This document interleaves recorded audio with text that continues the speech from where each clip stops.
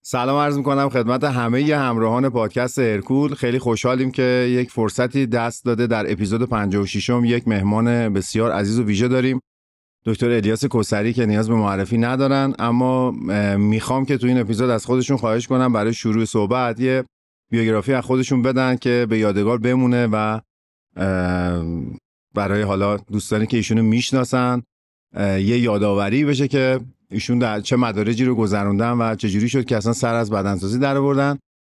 در خدمتشون هستیم، امیدوارم که این اپیزود نظر شما عزیزان جلب بکنه. آقای دکتر خیلی خوش اومدید. سلام فرشید جان. ارادت. قربونت برم. باعث افتخاری که در خدمت خودت هستم و در خدمت مخاطبین عزیزت. ارادت داریم. ان شاءالله که آره بتونیم ضبط خوبی داشته باشیم و در خدمت شما دوستان عزیز باشیم. قربونت برم. شما همیشه ذکر خیرتون هست در هر محفلی که بحث علم بدنسازی است، مثلا از نظر شخص بنده از چهره‌های تاثیرگذار سالهای اخیر پرورش اندام هستیم و اون روزی رو که این خاطره رو چند بار با هم مرور کردیم ولی خالی از لطف نیست الان اینجا هم بگم.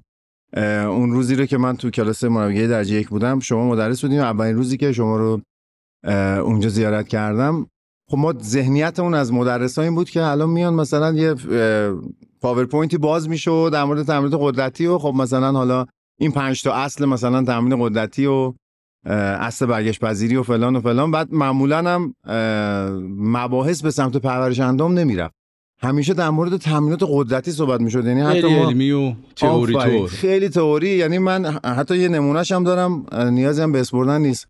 یه استادی اومد داشت صحبت میکرد، نمیدونست یه سری بچه‌های پرورش اندامکار سر کلاس بودن تو در مورد استرنجن کاندیشنینگ بود، نمیدونست مثلا پرورش اندامکارا ممکنه 6 روز در هفته تمرین کنن، فکر میکنن هر روز فول بادیه. بعد هی گفتیم آقا مثلا 6 تقسیم میکنن اینجوری میکنن، گفت آقا اینه که گفت. من گفتم ما اومدیم اینجا چی یاد بگیریم؟ استاد هنوز نمیدونه یک پرورش اندامکار چجوری داره صحبت میکنه. و چه تمایزی که از شما دیدم این بود که شما با یه علاقه خاصی داشتی یه سیستم تمرینی رو تدریس میکردین. یهویی گفتید بچه‌ها این دوریان یتس عضلات ناکن چقدر زیباست. چه گفتم بابا این یه نفر از جنس پرورش اندام اومده که عاشقانه نگاه میکنه و چقدرم به علمش مسلطه. اون خیلی برای ما جذاب بود و فکر میکنم از سالهای ابتدایی تدریس شما بود، سال 91 بود اگه اشتباه نکنم. اولین سالت میتونم بگم که ورود من به فدراسیون بودش. حالا جالبه من اون کلاس دقیقاً مثلا انگار که دیروز بوده، قشنگ یادمه که دکتر نصیرزاده اون موقع خب مسئول آموزش بود، به من زنگ زد گفت ما پروفسور فلانی رو فرستادیم. خب خیلی استاد ارزنده‌ایه ها، ولی خب تو زمینه بیلدینگ کاری نکرده بودن. بله. گفت آقا ایشون رفته صدا همه در اومده، تو رو خدا پاشو تو برو.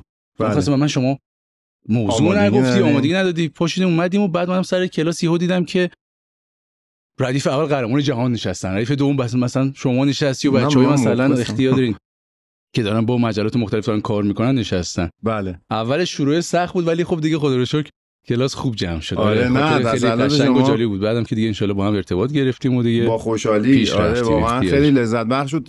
واقعا در اون سطح آدمایی که حالا من اصلا کاری ندارم، بچهای پرورش اندام، بحث آکادمیکشو بذاریم کنار، خیلی ما تو ایران آدمایی داریم که به لحاظ تجربی خیلی چیزها رو تجربه کردن و تجربیاتشون از نظر من خیلی ارزنده است. حالا یه بخشیشو آسیب دیدن، یه بخشیشو شاید مثلا کسی نبوده بهشون بگه و هیچ منبع و مرجعی وجود نداره در زمینه حداقل دارو که میدونیم برای مسابقات نیاز هست حالا در سطح حرفه‌ایش.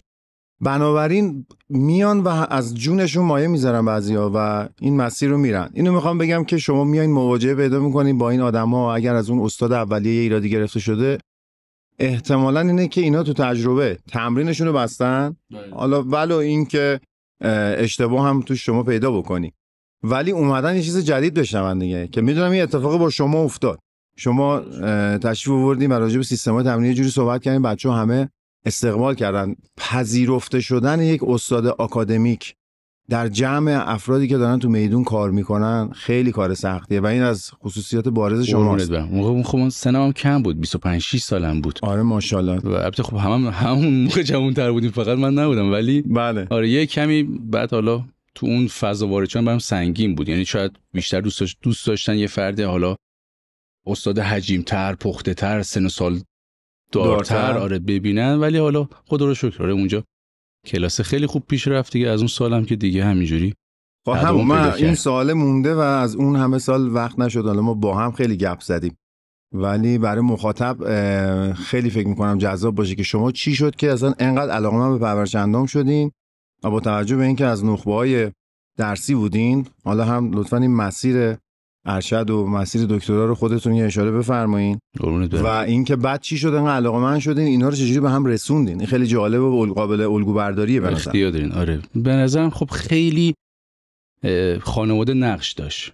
من خب تو خانواده بزرگ شدم که همیشه اون یا اصلا کلا دهه 60 توی جامعه فضای رقابتی رشد می‌کرد. ما تو مدرسه مثلا دبستان و راهنمایی که میرفتیم اونجا قانون جنگل بود دیگه. هر کسی که قوی‌تر باشه، مشو اون یکی رو بخوابونه زورش بیشتر باشه، طبیعتاً میتونست جایگاه بهتری تو مدرسه کسب کنه یا مثلا تو کلاس داشته باشه و یا اون ردیف آخر بشینه و از این حرفا. بله. من اینجا میتونم بگم استارت این که خیلی به این تلنگر خورد که باید از نظر بدنی خودم رو قوی بکنم، از راهنمایی خورد که ما تو کلاسمون خب بچه‌هایی بودن که ورزشی‌های خیلی خوبن. بله. من از همون موقع یادم که برگشتم خونه و من خب شغل قدیمی پدرم حالت خرازی تور و اینجور چیزا داشت. بعد تو خونه‌مون یه سری وزنه‌های همین وزنه‌های 5 کیلو 10 کیلو که مثل کتلبل الان هست. دقیقاً اونا بود. شروع کردم با اونا ورزش کردن، یعنی با همونا وزن می‌زدم. حالا اشتباه یا غلطش دیگه 100% این قضیه بود، اشتباه یا درستش، ولی شروع کردیم. بله. و شنا زدن و بارفیک زدن همینجور اومدیم رو به جلو و هی دیدم بازخورده مثبته، یعنی اینکه بدنه داره میاد. آره بدنه میاد، اعتماد به نفسه داره افزایش پیدا میکنه. توی کلاس، توی هر جایی که میریم الیاس کوثری به عنوان فرد ورزشکار کلاس میشناسم. مسابقات طناب کشی مثلا ما قهرمان مدرسه و شهرستانو دیدم. این قدرت چقدر خوبه، این عمل کرده خوبه. مثلا مسابقات عمومی جسمانی نشور مثلا نفر اول میشد، خیلی خوب شد این توجهی که پیدا شد بهم. یعنی هر جایی که مثلا میرفتیم دیگه اونجا ما یک چیزی واسه ارائه داشتیم علاوه به بحث درس. یعنی دیگه از اون بحث بچه خرخون بودن گذشت، شد یه بحث جدیدی اومد وسط. این شد که من از دبیرستان خب کلا علاقه‌مند شدم. خب رفتم تو رشته‌های رزمی ورود کردم. تو رشته‌های رزمی هم خب اون موقع خب خیلی تلویزیون فیلمای جتلی و جکی جان اینا رو نشون میداد. همه تحت تاثیر بودیم. آفرین دقیقاً. تا ساعت 2 شب اون حرکت‌ها رو می‌زدیم. یادم یه بار ساعت 1 شب بود، من رو پشت بوم خونمون بودم و داشتم موزیک گذاشته بودم با ضبط و نوار کاست و اینا.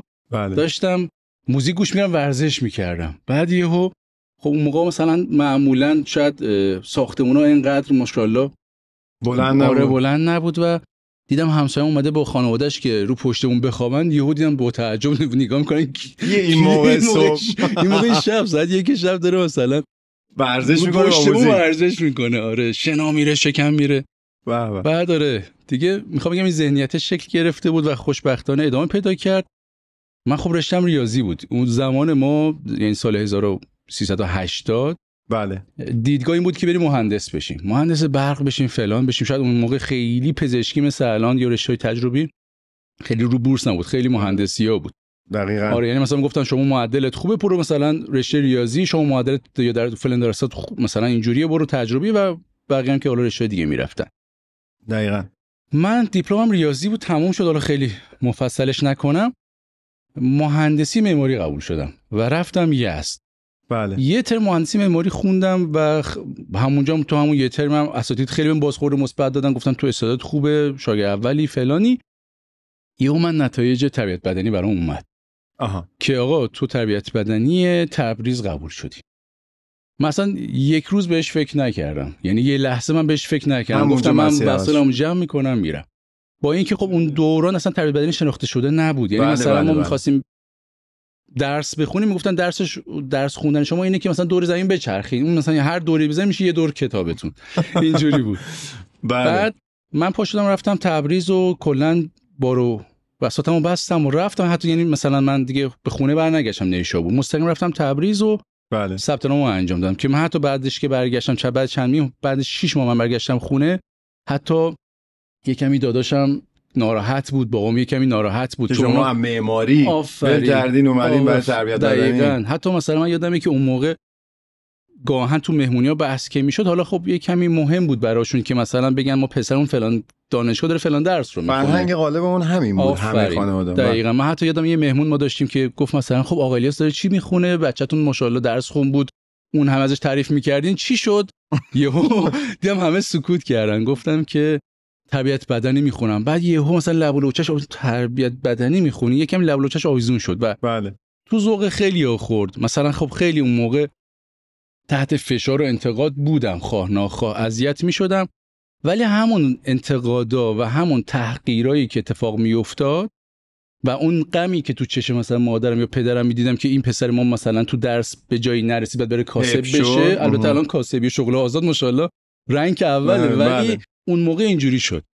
این شد که من همونجا تصمیم گرفتم، گفتم که من باید تا ته این رشته رو برم و اثبات بکنم که مسیرم درسته. یعنی من اگر معماری ول کردم اومدم اینور و حالا اسم معماری رو نداره و الانم که فوق العاده راضی‌ام از این کار، بله اینه که آقا الیاس جز بهترین قربونت برم بهترینا بتونه بشه که حالا نمیدونم واقعا شدیم یا شاید نشدیم. بله قطعاً نمی‌دونم.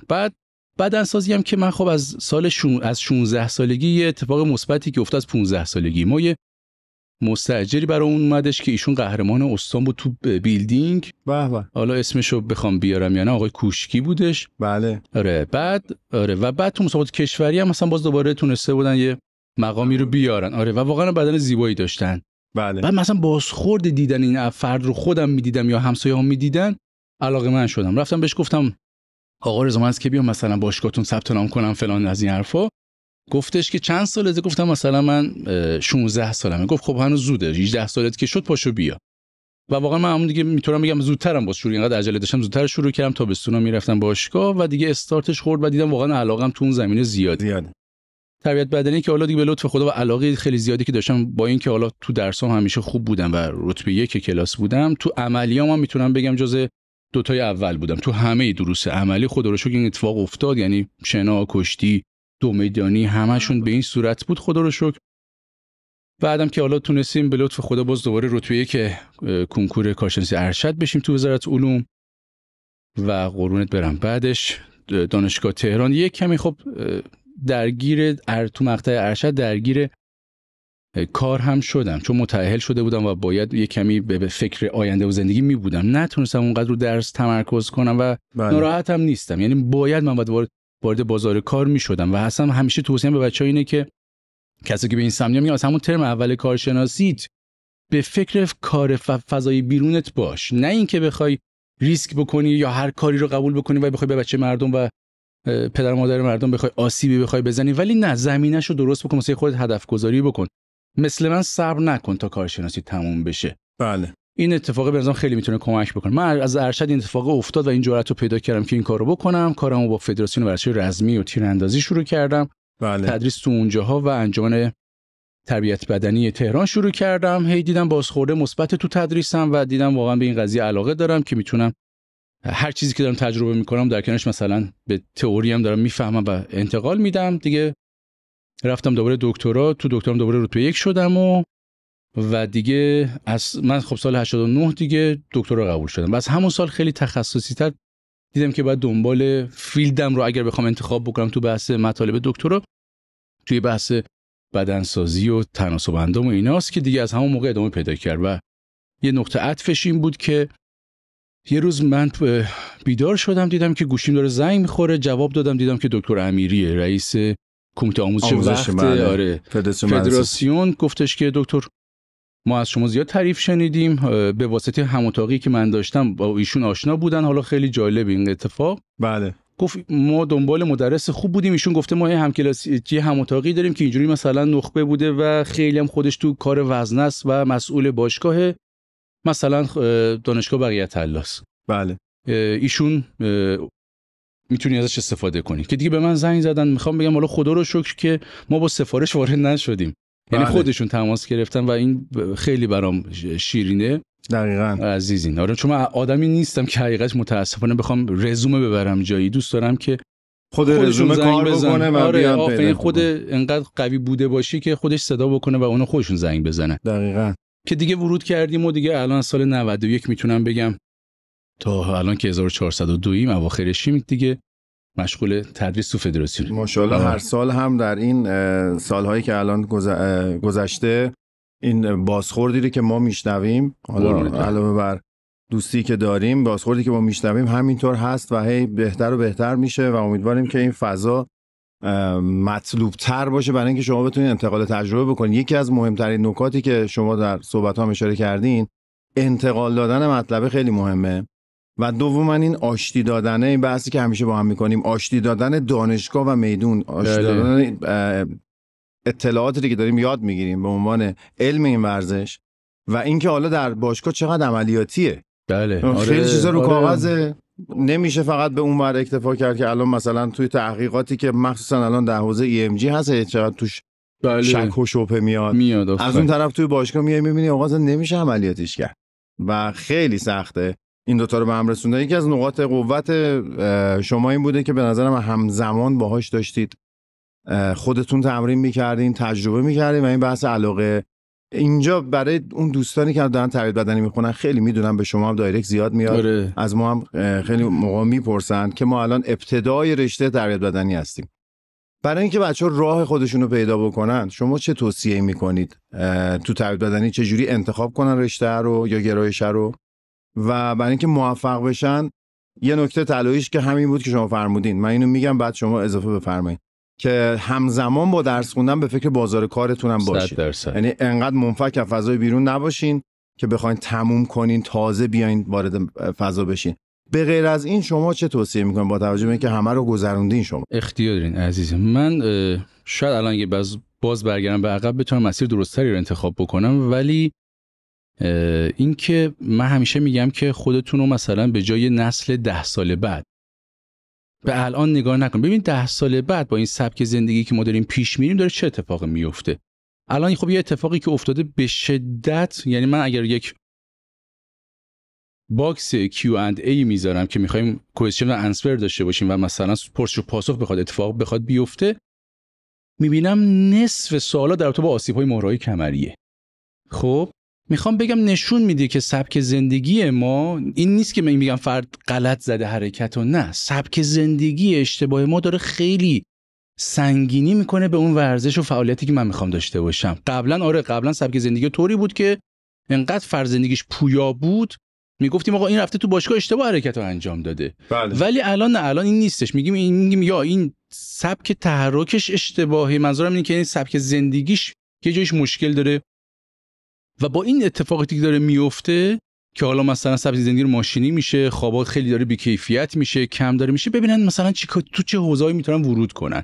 بله. مثال میزنم الان تو این شاید دهه اخیر ما یا شاید این 4-5 سال اخیر الان بحث حرکت اصلاحی بسیار بولد شده و مطرح شده.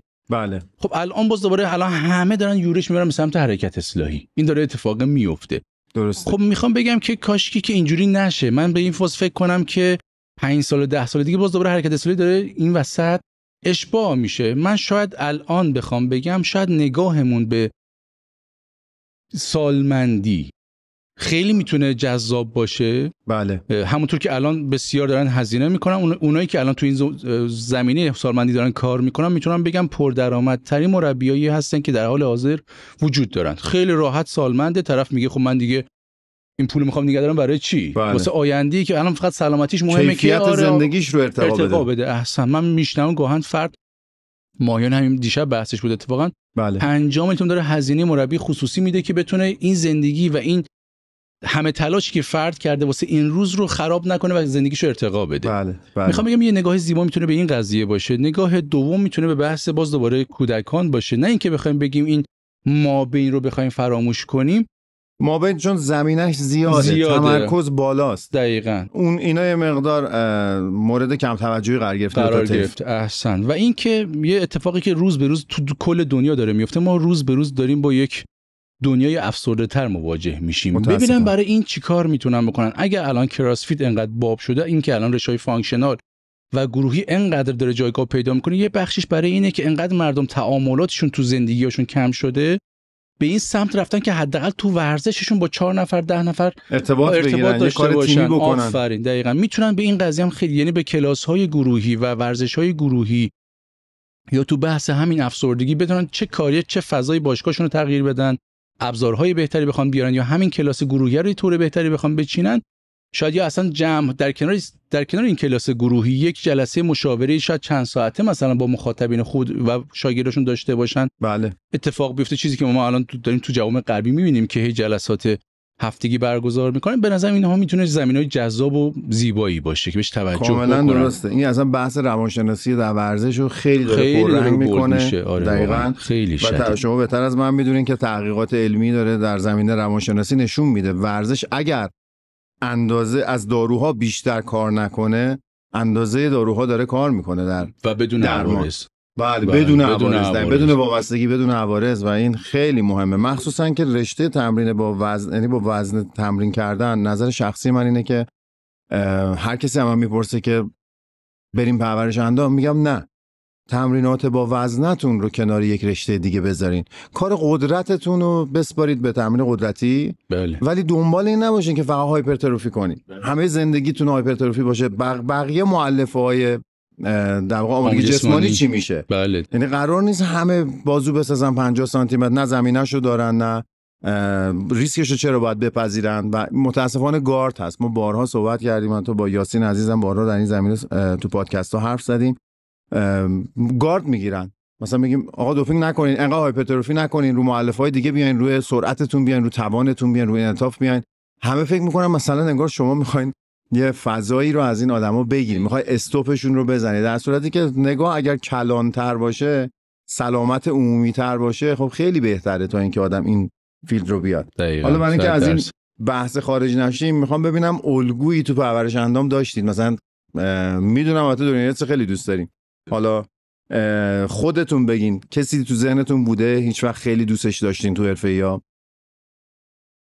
اگر بخوام از قدیمی‌ها بخوام بگم، خب من همیشه حالا اون زمان نوار ویدئو بود و همشون هم غیر مجاز بودن. بله. اوایل خب شاید بخوام بگم اون ظاهر بدنی ورزیده آرنولد شوارزنگر و تو بیلدینگ کارهای حرفه‌ای و توی رزمی کارها مثلا جان کلود و یا بروس لی و یا خود سیلوستر استالونه، اینا خب خیلی برام جذاب بود، همیشه دوست داشتم به اون سمت بیام.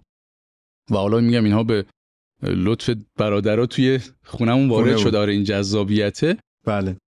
ولی اگه بخوام از نسل جدید بخوام بگم، حقیقتش من ژن فیل هیس واسم فوق‌العاده بود و من میدونم فیل هیس شاید 1/3 زحمات رونی کولمن رو نکشید، مثل اون وزن نزد، مثل اون عرق نریخت، ولی چنین بدن فوق‌العاده‌ای ساخت. با اینکه رونی کولمن خیلی دوست دارم، آرنولد شوارزنگر خیلی دوست دارم، دورین یتسو واقعا خیلی بهشون علاقه دارم و خیلی قهرمانای دیگه که میلیون اصلا واقعا نمیشه جداشون کرد، همشون زیبایی خودشون. فلکس ویلر فوق‌العاده بود، ولی من فیل هیس رو انتخاب میکنم از نسل جدید که عالی بودش. خیلی خیلی خیلی جالبه برای من. خیلی حالا علاوه بر اینکه اون استعداد بدنی خارق‌العاده رو داره، به قول فرمایش شما، یکی از مشکلاتی که داشت و تونست بهش غلبه بکنه تقوی‌های کوتاهی بود که بعد شما بتونی نفر اول دنیا بشی، بعد ببین چقدر باید حجم عضلانی بسازی که اون بالانس بشه، پوشش بده و واقعا عجیب غریبه. و یه نکته ای رو که من قبلا اشاره کردم، نظر شما رو هم بدونیم قشنگه، اونم اینه که یه نفر از یکی از قهرمانا پرسیدن، فکر می‌کنم جانی جکسون بود، داشتن میپرسیدن ازش که ما الان مثلا اگه میخوای بریم سرشونات خوب شه، نرو ببین کوین لبرون چجوری تمرین میکنه، گفت اون ژنتیکی خوبن، برو ببین کی سرشونش ضعیف بوده تونسته بسازه اینو، برو از فیل هیس بپرس سرشونش چجوری بسازین. معمولا این الگوها اشتباه میشه، همه میرن از تام پلات میپرسن پات چرا اینجوری شده. خب اون یه کد ژنتیکی متفاوته دیگه، اون موقع خودش نمیدونسته که چه اتفاقی میفته. واقعا همین. شما میدونم که علاقه خیلی زیادی به بدنسازی نچرال داری. اصلا من خیلی از آدمایی که دانشگاهی میشن، تحصیلاتشون بیشتر میشه رو میبینم امتناعشون از دارو خیلی بالاتر میره. یعنی قطع به یقین شما در یک سن و سالی بودین که وسوسه شدین و غلبه کردن به این احساس خیلی کار سختیه که ما بریم و عضله بیشتری به دست بیاریم. اول میخوام ببینم که چه جوری مقابله کردین در مقابل این وسوسه ها که دارو نزنی و اینو جواب بدین، بعد بریم تو سراغ بدنسازی نچرال. خدمت عرض کنم فرشی جان، دیگه همش به نظرم برمیگره به ذهن فرد و هدف گذاری فرد. من الان کسی میاد پیشم که میگه من دکتر نظر در تو به بحث دارو چیه، من دیگه بچه نمیخوام بیارم، یا اصلا مجردم، یا اصلا متأهلم و بچه‌امو آوردم و اصلا عوارض مثلا مهم نیستش، آره بریم تو دارو. من اولین چیزی که بهش هشدار میدم، نمیام عوارض بهش بگم. یادم یه زمانی من دانشجو بودم، توی قطار بودم، داشتم میرفتم سمت نیشابور. بله. بعد یه پسری برگشت گفتش که آقا شما رشته چیه؟ استایلت ورزشیه. فلان موقعم کشتی کار میکردم، خیلی خوب استایلت بهتر ورزیده‌تر میشه. بله. گفتش آقا، گفتم من اینجوریم. گفتش که من دارم سیگار میکشم، تو رو خدا از عوارضش بگو من ترک کنم. گفتم نیا کن، عوارضی که من میدونم تو 10 برابرشو میدونی. یه چیزی بین خودت و خودته. یعنی من بخوام عوارضشو بگم یه روز 2 روز فردا فراموش میکنی. الان تو بحث داروم اولین چیزی که به بچه‌ها میگم نیا کن، تو اولین اتفاقی که با دارو میفته اینه، داری به این فکر میکنی که من نتونستم به یه چیزی برسم، این رو اومدم با یک دوپینگی انجامش. یعنی تو همون اول یه میونبری داری. آره، یه شکست شخصیتی رو به خودت میزنی که آقا من حالا ژنشو نداشتم، ارزشو نداشتم، هر اتفاق دیگه نتونستم رقم بزنم که پناه بردم به دارو. این اتفاق مثل همون اتفاقی که شاید توی غیر از مشکل تو شاید روانشناسی میفته که فرد نمیتونه با یه مشکل کنار بیاد، دیگه به دارو پناه میبره طبیعتاً. گفتم بعد این بعدیش میدونی چیه؟ اینه که تو این عضلات رو میسازی. آدم که تا ابد که نمیتونه یه سبک زندگی خیلی خوب و منظم داشته. بالاخره مریض میشی، بالاخره افت میکنی، بالاخره آسیب میبینی. و وقتی آسیب دیدی دیگه میگی من نبودم که به اون 90 کیلوی عضلانی رسیدم، دارو منو به اونجا برد. و دوباره پس این رو در خودت نمیبینی به اون برسی مگر دوباره با دارو. یعنی همون ابتدای دروغی رو باید بپذیری. آفرین. و اگرم دقت بکنیم غالب غیر از بحث قهرمانا که خب ذهنیتشون و زندگی حرفیشون اینو ایجاب میکنه که این کارو انجام بدن. بله. و یا اصلا شرایط زندگیشون که میخوان واقعا شاید نون زندگیشون رو بخوان در بیارن. بله. که البته راههای بهتری واسه نون در آوردن هست واقعا تو بحث این قهرمانی. به نظرم اونجاست که مهارت‌های دیگه‌ای چون کار نکردن، سرمایه‌گذاری در مهارت‌های دیگه نکردن، بعد یه هوی خودشونو گوشه رینگ میزنن و میگن این تنها راه ارتزاق ما میشه. اونم بازی بهونه تراشی برای خودت میشه. خودت رو دوباره فریب بدی که بری سمت. احسن. دقیقاً اینه که جالب کسایی که حالا همینجوری تفننی و واسه شیپ بدنی خوب و جذب مخاطب حالا همینجوری دور و برشون اومدن این دارو مصرف کردن، اگه دقت کنیم غالبا اصلا نمیگم ما دارو مصرف کردیم. بله. چرا؟ یعنی اون خودش در درونش قبول داره که این گفتن این حرف انگار یه نوع شکست. من به نظرم بدترین عوارضش میتونه این باشه. حالا اینکه خودم انقدر مغرور، متاسفانه تو حالا یک سری زمینه‌ها انقدر مغرورم که نمیتونستم به خودم بقبولونم که مثلا من قراره که بخوام به یک سطحی از بدنم بخوام برسم که بعد تا ابدم باید به همه مخاطبینم بخوام دروغ بگم که آقا من این رو نچرال ساختم. یه کمی آره دارم با خودم دارم به خودم دروغ، یعنی به نظرم بدترین دروغی که یه فرد میتونه بگه به خودشه. حداقل آدم باید با خودش رو راست باشه. اینه که آره، یعنی این دروغ گفتن هی فرد رو پیش خودش تحقیر میکنه و یه جای خودش بالاخره بروز میده. این قضیه میتونم بگم داستانش این بود. و خب یه جایی هم دیدم که من واقعا واسه بحث این که بخوام با اون لولی که خودم مد نظرمه که مراجعی که میاد پیشم جایی اگر بخوام برم تدریس بکنم، از من الان یه بدن مثلا با فت فری ماس ایندکس مثلا 23 و 25 مثلا نیکل من نمیخوام. بله. ما یه فت فری ماس ایندکس، یه شاخص تود بدنی خالص مثلا 20 هم که داشته باشم، 21 هم داشته باشم و دیدم که دور از دسترسم نیست، از من قبولش میکنم و تاثیرگذار هست و از همون واسه سلامتیم هم بله. طبیعتاً بهتره. آره این شد که دیگه این سمت نرفتین. آره اتفاقا میخواستم به همین اشاره کنم، چون شما بچه مدرسی دارید، به عنوان استاد مطرحید، به حال هرچی هم که به این سن کمتون اضافه میشه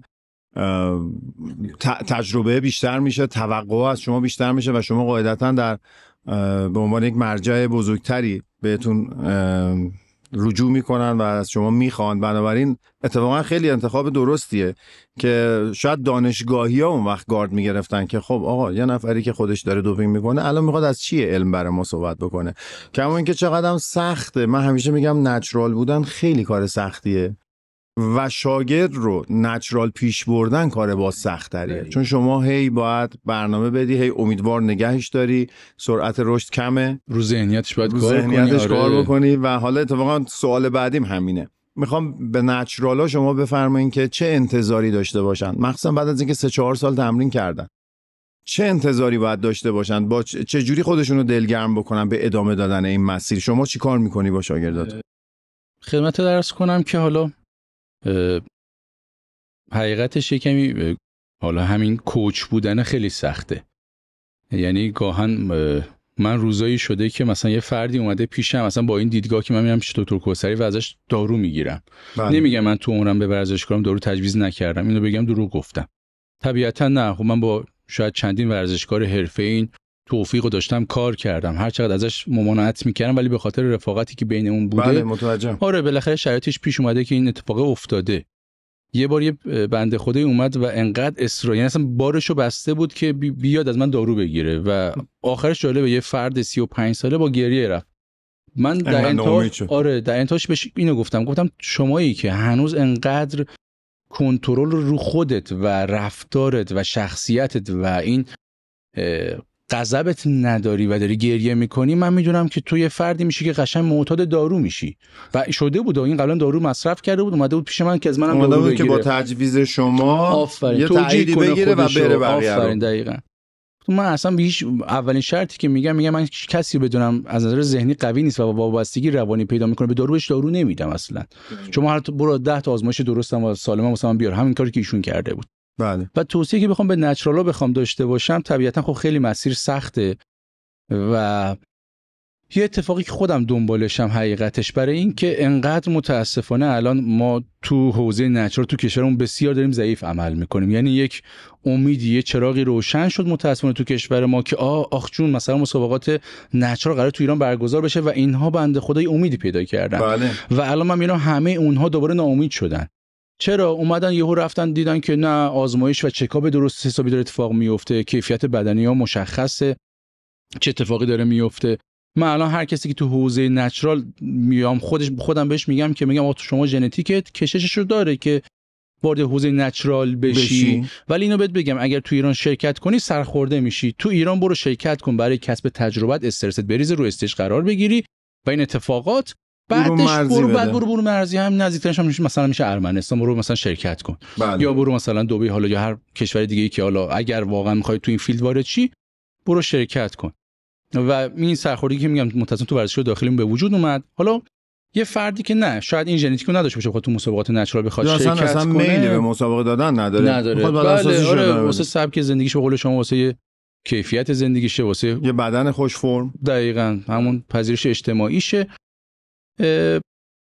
کار سخته که بخوام بهشون بگم، ولی میخوام بگم که بدن هر فرد بر اساس ظرفیتی که داره رشد میکنه و این ظرفیت رو من اگر بخوام دستکاریش بخوام بکنم و افزایش بدم، یه جایی این خودش رو نشون میده و بیرون میزنه و آسیب میزنه. یعنی اگر مثلا من شاید دارم کمتر از دوستم دارم حجم عضلانی میگیرم و در این حالی که همه چیزمون شبیه هست، یا شاید من حتی بیشتر از اون دارم رعایت میکنم، شاید من از نظر مثال میزنم تراکم استخوانیم و پهنای استخوانم ظرفیت کمتری واسه تحمل این قدرت عضلانی و حجم عضلانی دارم.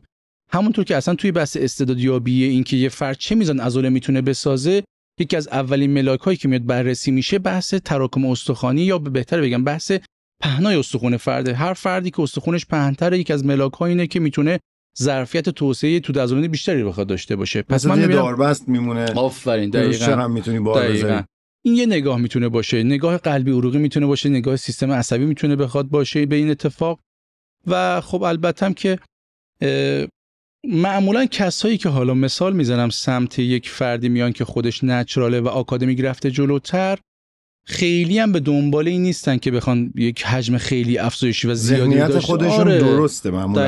دقیقاً اینجوری انتخاب کردن و راحت‌تر میشه باهاشون کار کرد. دقیقاً کاملا موافقم. توی بحث نچرال شما الان خب بالاخره ورزشکار میگه من دوپینگ نمی‌کنم.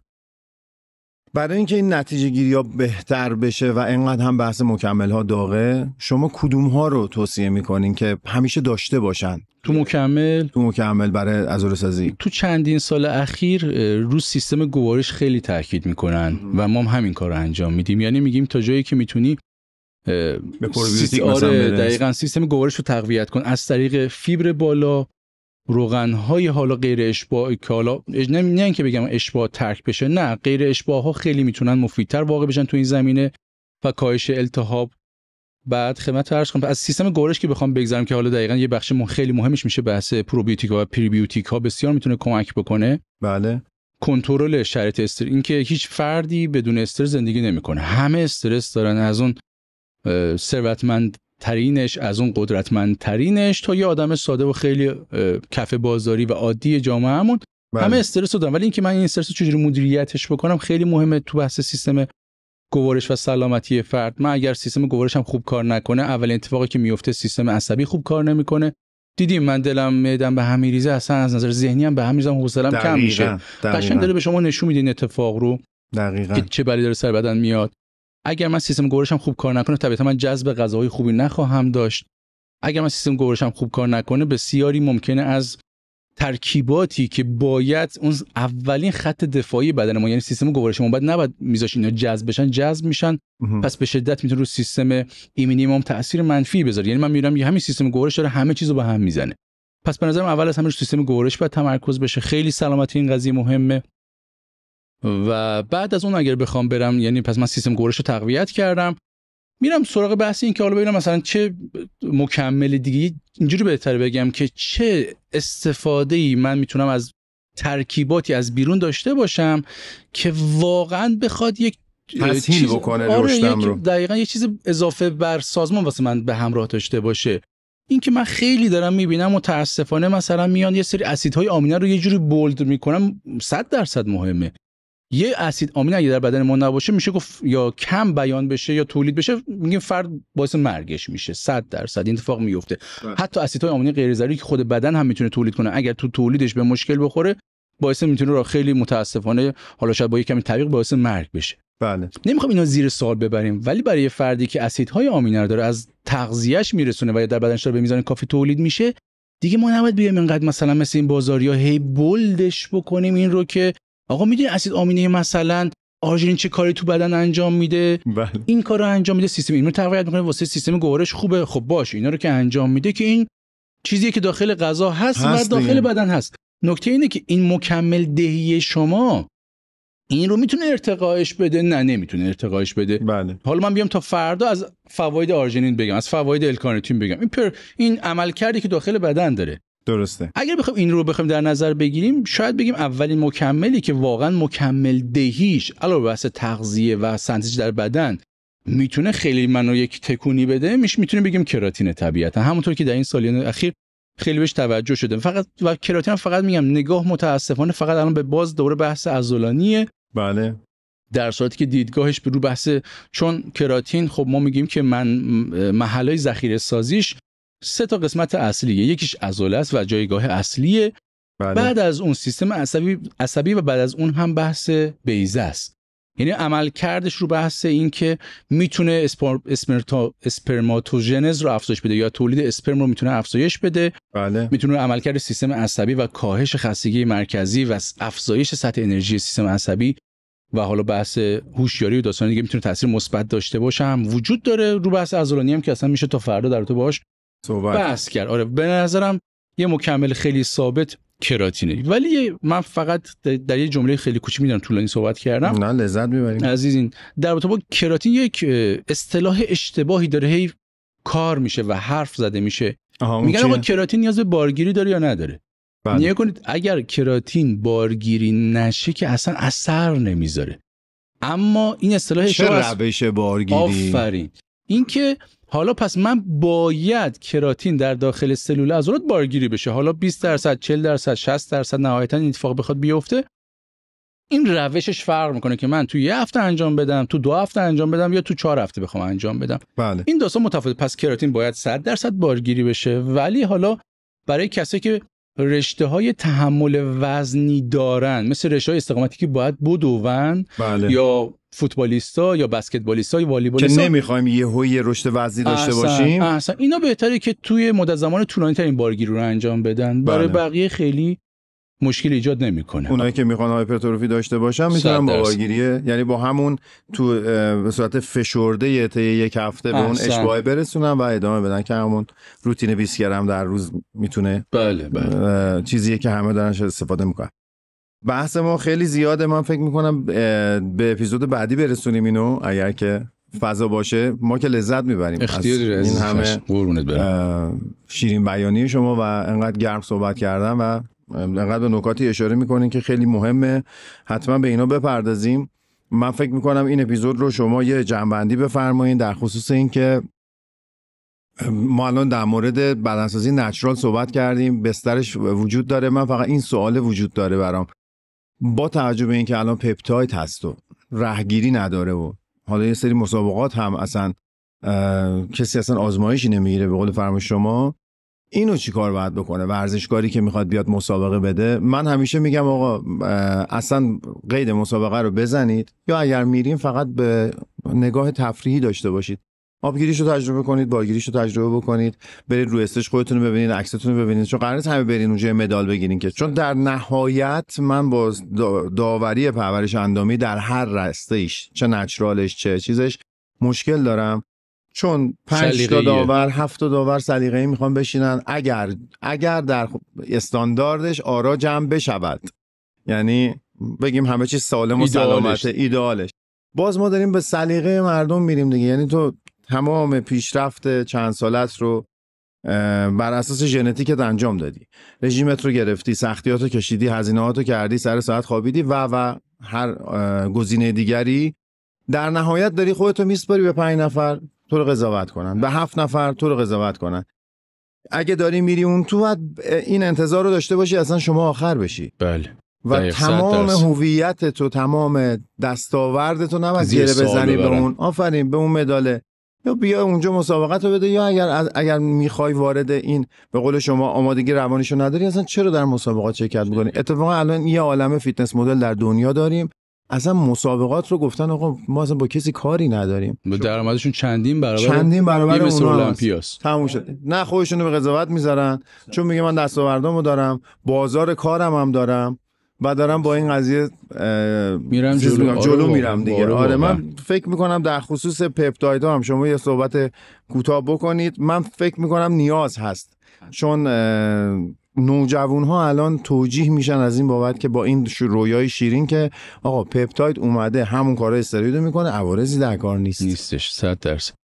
من میخوام اینجوری شروع کنم این مبحث و حالا انشالله جمعش بکنیم. فرشی جان، برای من خیلی همیشه سخت بوده که بقیه بخوان ذهنیت من رو کنترل بکنن. بله. یعنی چی؟ ما نگاه میکنیم میبینیم که فیزیک تو اون اوایلی که اومد و با جام الماس معرفی شد، سایزهایی که مثلا آقای شرافت، آقای سرباز، آقای کاشانکی داشتن چقدر مثلا ظریف‌تر و زیباتر بود. دقیقاً. بعد به واسطه سیاست‌گذاری‌هایی که تو دنیا داره اتفاق میفته که حالا تهش چیه؟ تهش اینه که میخوان به شما دارو و بیزینس، داروی بیشتر به شما بفروشن و بیزینس بهتری برای خودشون راه بندازن. شما وقتی به این فکر میکنی که شما بازیچه و اون عروسک خیمه شب بازی دست چند نفر هستی که هر سال باید به خاطر سلیقه و بدتر بگم به خاطر سیاست‌های معمولاً پستی که پشتش وجود داره شما رو هدایت بکنن، هی شما از شما حجم عضلانی بیشتری بخوان، هر سال دست وزنی جابجا میشه، بعضی ماسکولارش بکنن، آفرین، هی این گیمز کلاسیکش بکنن، هی اسم روش بخوام بذارن و شما رو توی این بازی بندازن. یعنی میان اینجا با زندگی شما، سلامتی شما و خیلی اتفاقاتی که بازی میکنن که اونور خودشون منفعتشون رو ببرن. احسن. و خواه ناخواه من خب همیشه من خیلی ورزشکاری خوب و حرفه‌ای داشتم که گفتم تو بدنت فوق‌العاده است و از نظر من پیش من تو قهرمانی. ولی ممکنه که تو بری روی استیج نظر داور یا زد و بندهایی که شده یه چیز دیگه بخواد باشه. تو اون عکسی که اونجا میگیری و اون مثلا تناسبی که رو استیج تو داری خودش حرف میزنه. هیچ وقت اسیر این حجم یا اون توده عضلانی خیلی عجیب و غریب نشیم. این اتفاق نیفته و خصوصا بحث پپتایدها که واقعا ته نداره. یعنی ما الان یه دغدغه‌ای که داریم بحث سلامت اصلا یک داروئه که اصلا این دارویی که داره دست شما میرسه سالم هست یا نیستش. و بعد از این نکته خیلی مهمتر که اتفاق میفته اینه که آقا این دارو هنوز ما بخوایم بگیم هنوز شاید 10 یا 2 دهه یا 3 دهه روش کار نشده. دقیقاً. و تو الان قرار نیستش که اگه الان تو 20 سالته و قرار یا 30 سالته تو از 50 60 سالگی خبر نداری. و این خیلی وقتا طرف میاد ببخشید جملات انگیزشی وسط کلماتش اولش میگه لاتی تمرین میکنن از این حرفا. ببخشید شما اینا تا زمانی که تو حالت خوبه. وقتی حالت خراب شد ما چند تا قهرمان داشتیم که میگفتن ما آرزومون قهرمان جهان بشیم اصلا فرداش بمیریم. ببخشید همون فرد زمانی که خدا رحمتشون کنه وقتی رفتن رو تخت بیمارستان اشک میره میگه من غلط کردم، من اشتباه کردم و ارزش نداشت من این کارو با خودم بکنم. اونایی که شجاعتشو داشتن اینو گفتن و دستشون در نکنه این اعتراف رو کردن. این نکته. نکته بعدیش هم که وجود داره اینه که آقا از چه نظر از بیزینسی میخوای بری جلو، یا مثلا میخوای اگر به دنبال اینی که بقیه ببیننت، ببخشید به درک نبیننم 100 سال یا من بیام خودم و زندگیم و خانواده‌ام رو نابود بکنم برای اینکه بقیه ببیننم 100 سال میخوام نبیننم اصلا. نکته بعدی اینه که میاد وسط، اینو میخواستم بگم که حالا یه لحظه ذهنم پرید توی این مبحث، این بود که چی میخواستم بگم. هیچ اشکال نداره. من اتفاقا واسم این تا شما یادتون بیاد بحث بیزینسی میخواستم بگم. آره. بحث اینه که آقا درآمد داره. ببخشید نفر اول مثل المپیا، نفر دوم مثل المپیای دنیای ما نابود زندگیاشون. شما برین فلکس ویلر رو نگاه بکنید، بله، برین دکستر جکسون، انواعشون رو نگاه بکنید. شاید ما این همه قهرمان مثل المپیا داشتیم از آرنولد شوارزنگر. مگه آرنولد شوارزنگر مثلا بحث درآمدش مثلا به خاطر لزوم مثل المپیا بودنش بود؟ این فکر و ذهنیتی که داشت رو به یه سمت بیزینسی تونست ببره طبیعتا. خیلی زودم رفت کنار، رفت کنار. آفرین. استیج بعدیش واقعا الان واقعا توی دنیا مگر بخوایم صحبت بکنیم متاسفانه برخلاف حالا این دیدگاهی که حالا نمیدونم متاسفانه خوشبختانه میگم توی ایران انقدر قائل میشن حالا تو بحث شاید اینکه قهرمان بشن، اصلا تو دنیا چنین چیزی وجود نداره. و حالا نمیتونم خیلی از مباحث باز کنم، شاید به مذاق خیلی خوش نیاد، بله، ولی حقیقتش اینه که الان شما از این مثل المپیایی که ما داریم نگاه بکنید، نفر دوم، سوم، کایگیری، نمیدونم فلکس ویلر، شانره، اینا واقعا فکر کنم در این حدن که شاید گاهن بخوان تو هزینه درمانشون بمونن. آقای فلکس ویلر با اون سابقه درخشانش، با اون بدن فوق العاده‌اش میاد وقتی گذاشتن کمکش کنین، صندوق خیریه رو انداختن. مایک ماتارازو رو اگه خاطرتون باشه که قلبش ناراحت شد، یه پروسه‌ای داشت تا فوت بکنه برای ایشون. من اصلا اون صحنه رو که دیدم تو مجله فلکس گفتن اگه میتونی کمک کنین این شماره حساب بده، اصلا داشتم دیوانه میشدم. گفتم مگه میشه همچین چیزی که قهرمان در اون سطح، بعد به راحتی حرفای واژه خوبی نیست دارم استفاده میکنم، حرفای پامنقلی که زده میشه. بله تمام حرفه‌ای‌ها یه 4 تا دکتر کنارشون هست. بابا این اتفاقا نیست.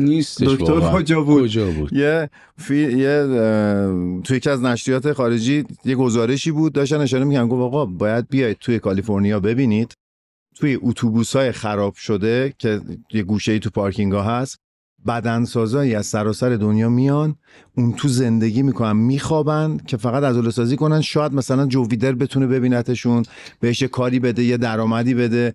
گفت اینا رو هیچکی نمیبینه، هیچکی از باشگاه بازنده ها خبری نداره. آفرین. بعدم برای همین من همیشه با جمله انگیزشی، با فیلم انگیزشی، با همین مشکل دارم. اصلا یعنی تو یه هیجانی رو از یه سر دیگه دنیا بابت یه هدف دیگه میدی به مردم، نمیدونی مخاطب توی مثلا یه روستا یا شهرستان با چه فضایی میخواد مواجه بشه و تو اینو ممکنه بشه راههایی بکشونی بدون با این حرفای 100 تای غازی که اگه میخوای بهش سنجیده نباشه. بعدش هم ببخشید تو راهی که میخوای در نهایت بشی توی استیج، حالا اصلا بگم کشوریش موفق بشی، تاش باید بری سراغ دارو. پس تو هر چی داری انگیزه ایجاد میکنی داری آدما رو میبری سمت دارو. اصلا این یه حقیقت خیلی تلخیه واقعا همینطوره. و الان اتفاقی که داره میفته به نظرم، من همیشه اینو میگم از نظر درآمدی الان اصلا سلیقه جامعه به اون سمت مربیای خیلی مقامدار و این حالتی نیست. اتفاقا خیلی مربیایی که بدن اصلا الان فضای اینستاگرام اینجوری بگم که دنبال یه فردی هن که عادی تره، نه خیلی دور از دسترس تره. آفر احسن.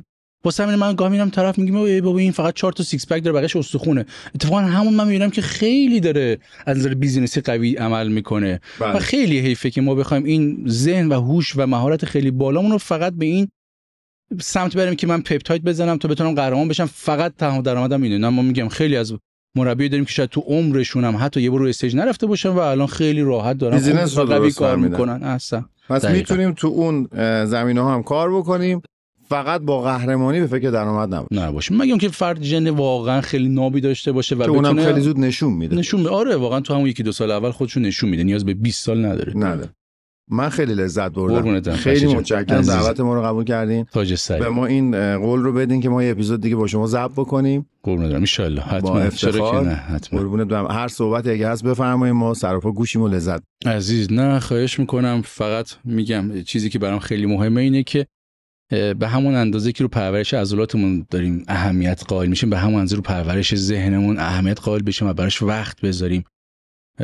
یه اتفاق بدی که میفته و یه جملات بدی که داره رد و بدل میشه، میگن که ببخشید دارم میگن که بدنسازا عقل ندارن. نه داره، به اندازه شاید عضلاتش روش وقت نذاشته.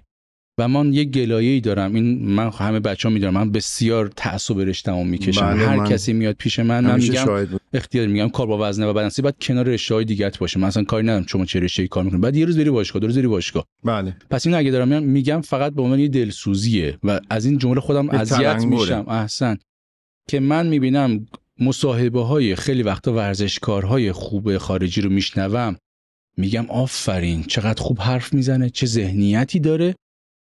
و در داخلش من اینو نمیبینم. این خیلی بده، این خیلی برام، یعنی حیفه که ما بدنای بچه داخلیمون با جهانی‌ها رقابت میکنه ولی از نظر ذهنی و قدرت تکلم اصلا تو اون لول نیستن. کاش که این رو ارتقاش بدیم و بتونیم این قضیه رو هم نشون بدیم که بدنسازها تو همه زمینه‌ها، تو زمینه بیزینسی، من اگه ببینم مثلا فلان قهرمانمون آفرین، مثلا محمد کاشانکی دوستش دارم من، یا مهدی شرافت یا امثالم یا خود شما فرشید جان، طبیعتا یاسین لک، باعث افتخاری. من میگم همیشه یه آبروی این رشته دارن میکشن میبرن جلو. چرا من میبینم محمد مثلا مثال دارم میزنمش، من شاید محمد کاشانکی کلا دوباره ندیده باشمش، با هم برخورد نداشته باشیم عزیزین، میبینم آقا تو بیزینسش داره میره جلو، تو رستورانش هست، برند تو بحث برندا اسپانسرینگ رو داره. بله. بعد فعالیت داروخانه‌اش هم داره، داروخانه‌اش داره و یک وجهه خوبی هم توی اینستاگرام داره و این خیلی ارزشمنده. انشالله که حالا نه اینکه بخوایم فقط صرفاً تقلید بکنیم، نه بتونیم انشالله این ذهنیت رو چند بعدی ارتقاش بدیم. احسن، دقیقاً همین پایین صحبت همون بحث مهارت هاست. آره قربونت برم. خیلی خوشحال بودیم که در خدمتتون بودیم. این اپیزود رو ما در آبان ماه 1402 ضبط کردیم. افتخار داشتیم در خدمت شما. امیدوارم شما هر جا هستید تندرست باشین که همه بتونن از شما استفاده کنن. شما این مسیری که انتخاب کردید مسیر خیلی سختیه، ارادتمند، با کمک شما عزیزان پیش میبرید. انتقادهای سازنده و غیر سازنده اتفاق میفته ازتون، ولی همه‌شون یه انرژی میشه برای انشالله مسیر این ادامه دادن این مسیر درست.